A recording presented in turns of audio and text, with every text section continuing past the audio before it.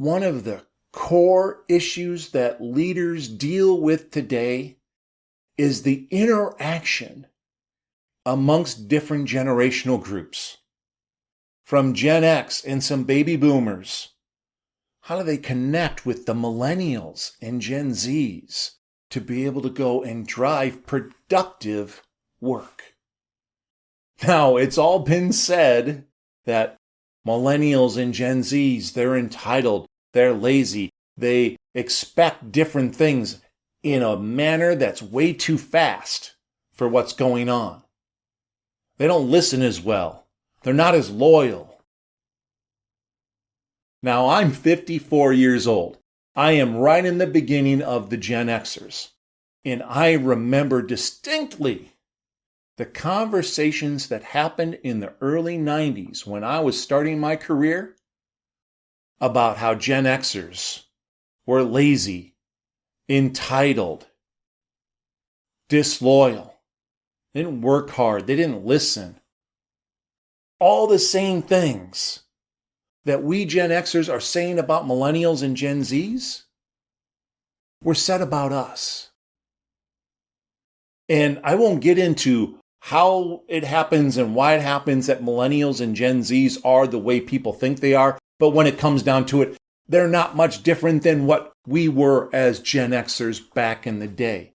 But they do process information and handle relationships differently than we did at Gen X. They are expecting things much differently out of organizations than people like me did when we were growing up. It is incumbent upon the leader and group of leaders within organizations to be able to go and connect with generations such as millennials and Gen Z. Why is that? One, quite honestly, millennials and Gen Zs do not have the experience to be able to understand how to communicate at the Gen X level.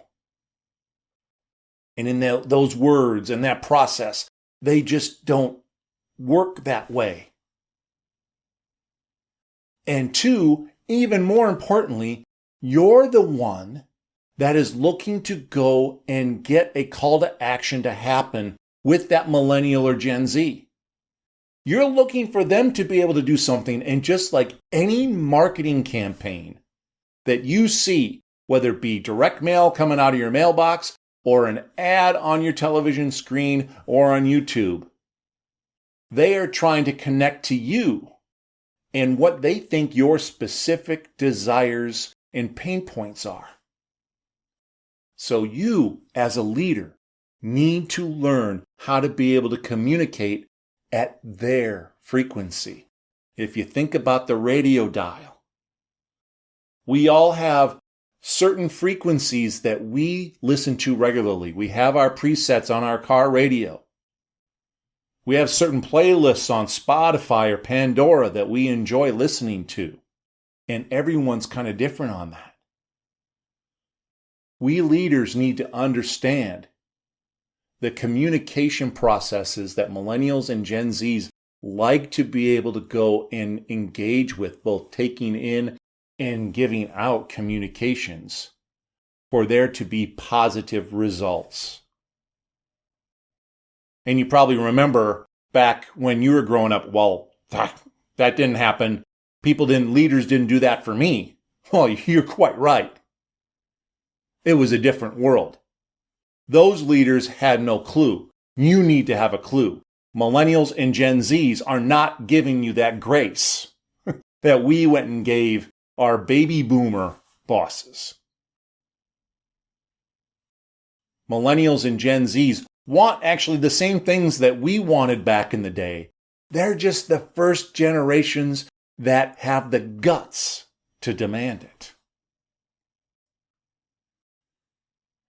If you're interested in learning more, let's have a conversation about how you can go and expand the frequencies in which you communicate to be able to go and reach not only those of younger generations, but if you're a salesperson, how do you communicate with accounting or operations or HR, because there's not much difference in trying to figure out how to communicate with people that are extroverts when you're an introvert, or have their 3-letter acronyms for their particular function that you have no clue, that you need to be able to figure out how to translate.